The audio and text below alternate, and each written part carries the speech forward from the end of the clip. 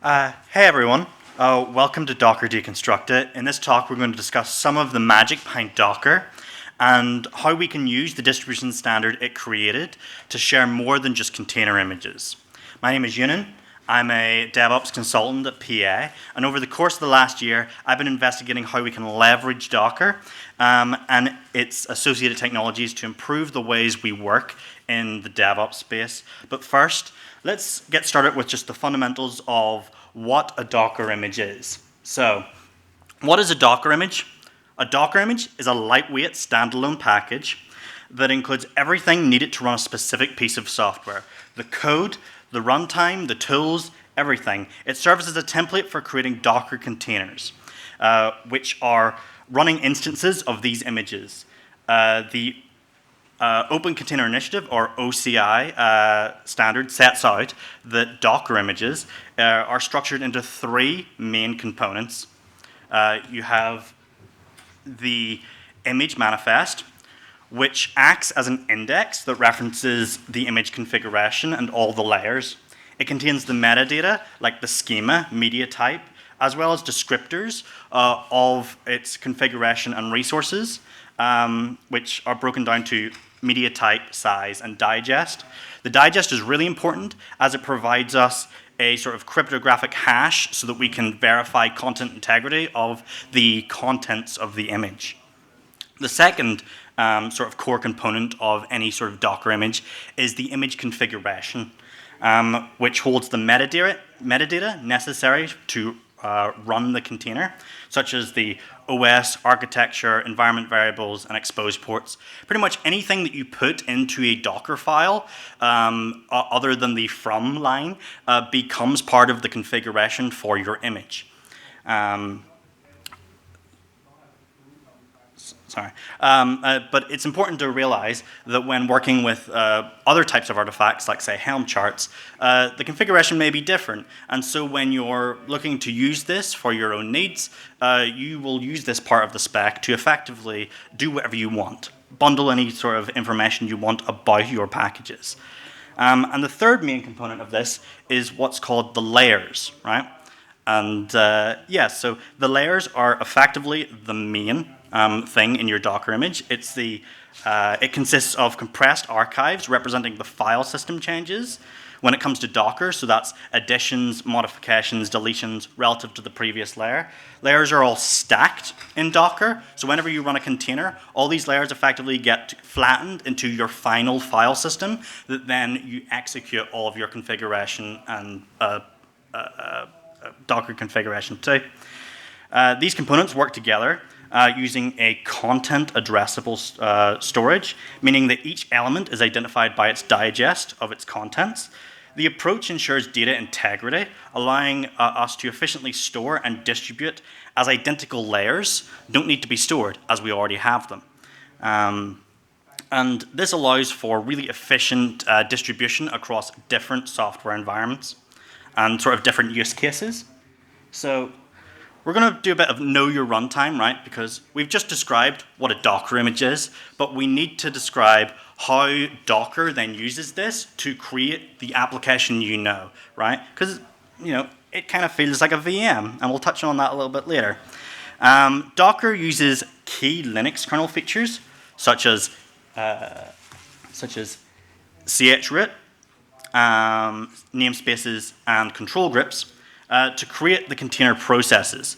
So let's look into this slightly. chroot, if there's any Linux nerds in the building, what we'll know, it effectively allows you to change the root directory of a process, effectively limiting the view of the file system. In Docker, this is a part of the container's file system. So all of those layers that you use to create your Docker file effectively are becoming the root process of how you're executing your application. Namespaces are critical for isolating at a process level. Isolating resources at a process level. Docker utilizes namespaces to provide each container with its own independent view of the system. For example, the network namespace, as it creates, ensures that each container has its own network interface and IP stack, independent of the host and other containers.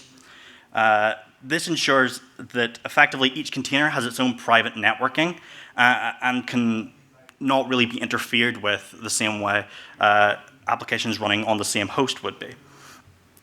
Namespaces, you can also see this in, for example, the PID namespace, which effectively ensures that your container can only see the processes that it starts. It's completely scoped to your process. And then we have control groups, right? Which effectively manage resource allocation to ensure that, so things like the CPU, memory usage, disk I/O, network bandwidth, all of these are controlled by control groups, which effectively limit the amount of resources a single container can consume.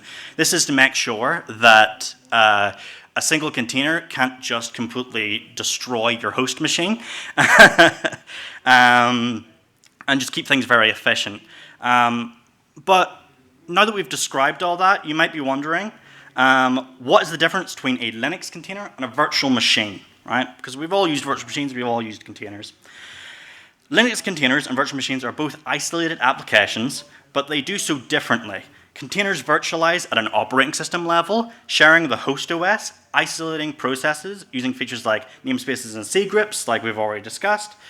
This makes them lightweight and fast to start up, while virtual machines run at a hardware level, running a full operating system on top of a hypervisor. While VMs provide much greater isolation and compatibility with different operating systems, they are heavier and slower to start.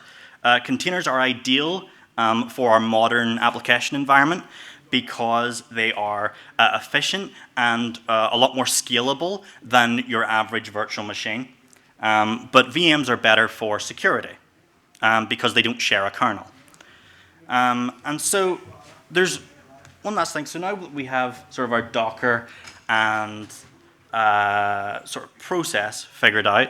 We now think of the more interesting part, at least for me, which is the distribution side of things. So OCI defined the distribution specification, which provides a standard for storing and sharing these types of images, like container images and other software artifacts, in a consistent and reliable way.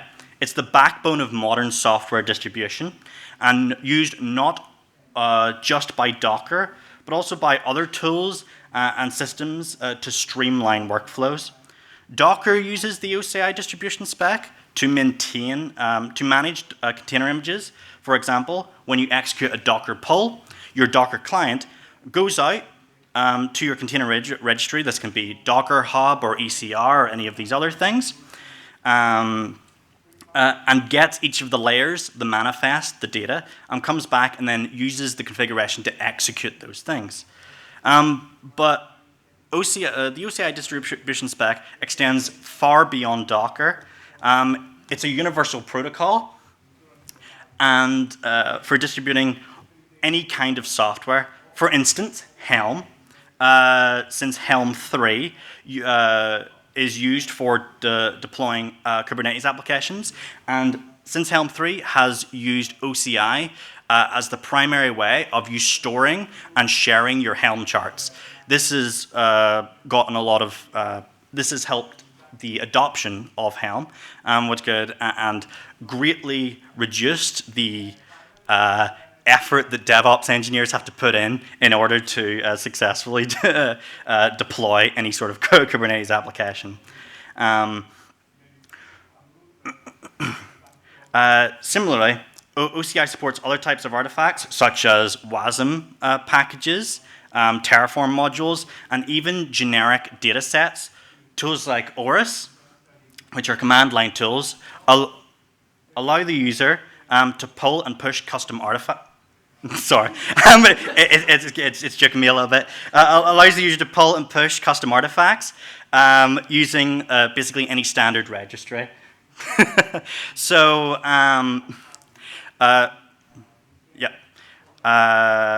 by providing a universal distribution mechanism, the OCI spec ensures flexibility, interpretability, and access across different software environments. Pretty much you're going to be able to find a Docker registry anywhere. Reducing friction and enhancing productivity, whether it's Docker images or alternative use cases. OCI distribution basically has endless ways to share software at scale.